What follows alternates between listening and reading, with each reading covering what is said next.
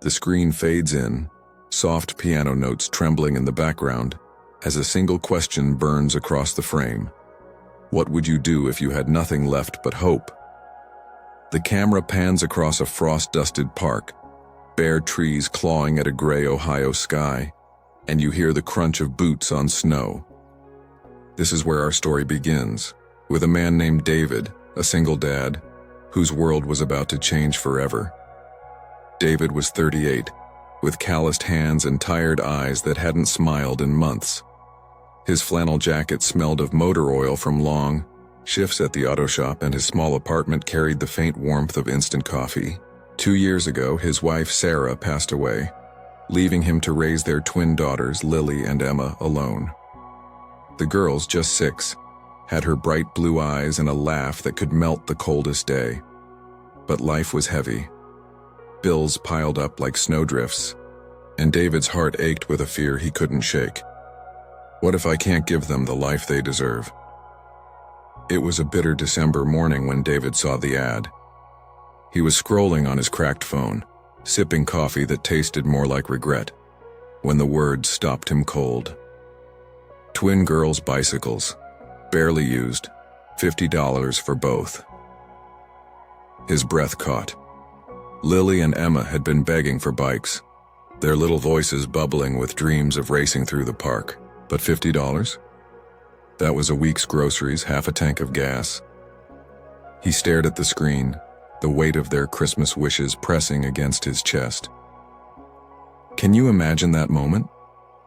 The one where you want to give your kids the world but feel like you're holding nothing but dust? David drove to a rundown house on the edge of town, the kind with peeling paint and a sagging porch. The seller, an older man named Carl, had a gruff voice and a face carved with loss. "They're in the garage," he muttered, leading David to 2 small bikes, pink and purple, with tassels on the handlebars. They were perfect. David's throat tightened as he handed over the crumpled bills, picturing the girls' faces on Christmas morning. But as he loaded the bikes into his truck, Carl said something that lingered. "You got kids?" David nodded, mentioning the twins. Carl's eyes softened, just for a second, before he turned away. "Take care of them," he said, and walked back inside. That night, David hid the bikes in the apartment's tiny storage closet, their shiny frames catching the dim light. He could already hear the girls' squeals, feel their arms around his neck. But the next day, everything unraveled. His boss called him in early. "David, we're cutting hours. Economy's tight. You're down to 3 days a week."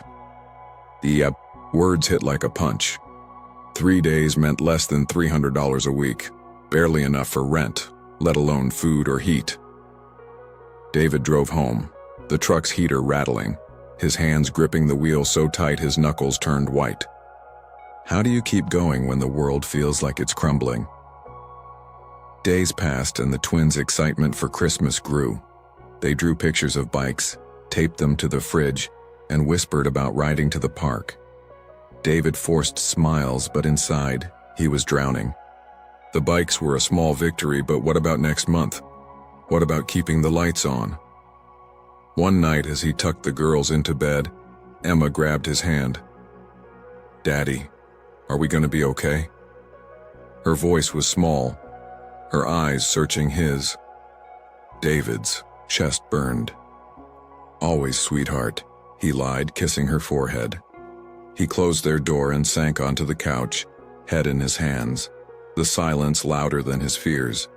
Then came the turn no one saw coming. It was a week before Christmas, and David was at the grocery store counting pennies for a loaf of bread and a jar of peanut butter. His phone buzzed, a voicemail from an unknown number. "Mr. Harper, this is Carl, the guy with the bikes. I need to talk to you. Call me back." David's stomach twisted. Was something wrong with the bikes? He couldn't afford to lose that $50. He called Carl, who answered with a voice softer than before. "Can you come by tomorrow, alone?" David agreed, unease curling in his gut.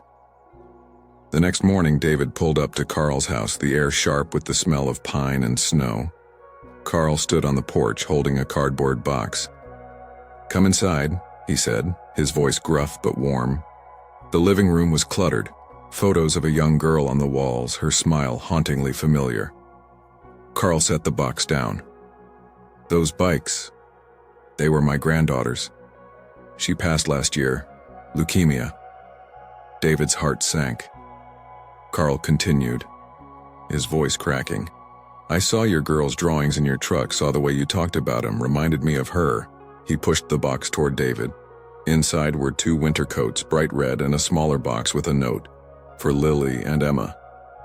David opened it, revealing 2 silver necklaces, each with a tiny heart pendant. "I can't keep these things," Carl said, eyes wet. "They're meant for kids who'll love them." David tried to speak, but words failed. I can't take this," he stammered. Carl shook his head. "You're not taking. I'm giving. Let me do this." That act of kindness, raw and unexpected, cracked something open in David. He thanked Carl, his voice thick, and drove home with tears blurring the road. Have you ever felt a stranger's kindness hit you so hard it changes how you see the world? But the story doesn't end there. 2 days later, David was at the park with the girls, watching them play in the snow, their laughter like music. A woman approached, her coat dusted with snow. "You're David, right? Carl's friend?" She introduced herself as Maria, a local teacher. "Carl told me about you and the girls. I run a community program, tutoring, meals, even job training. I'd like to help." David froze, pride warring with desperation. Maria smiled. "It's not charity. It's people helping people." She handed him a flyer and a grocery gift card, $100, slipped into the fold. "For Christmas," she said softly. That night, David sat at the kitchen table, the gift card and necklaces beside the bike's keys. He thought of Carl, giving away pieces of his heart, of Maria, offering a lifeline without judgment. Something shifted in him, a spark of hope he hadn't felt in years. On Christmas morning, the girls tore through the apartment, shrieking when they saw the bikes. They hugged David, their joy a warmth that spread through the cold room. But the real moment came when he gave them the necklaces. "These are special," he said, voice steady, "from someone who wanted you to know you're loved." Lily traced the heart pendant. "Like Mommy's love?" she asked. David nodded, tears falling. "Exactly like that." The days that followed were different. David enrolled in Maria's job training program, landing a better-paying job at a warehouse. The girls joined the tutoring group, their confidence blooming. And Carl? He became a regular at the park, watching Lily and Emma ride their bikes, a quiet smile on his face. One evening, as the sun dipped low, painting the sky gold, David sat with Carl on a bench. "Why'd you do it?" David asked. Carl shrugged. "Sometimes kindness is the only way to heal." The screen fades to black, the piano swelling with a hopeful chord. Kindness doesn't need to be big to change a life. It just needs to be real. A single dad, 2 little girls, and a stranger's heart showed us that. What's a moment of kindness that changed you? Share it in the comments below. Hit that like button if this story moved you. Subscribe for more stories that remind us what matters, and tap the bell so you don't miss our next one, about a teacher who gave up everything for a student she barely knew. See you there.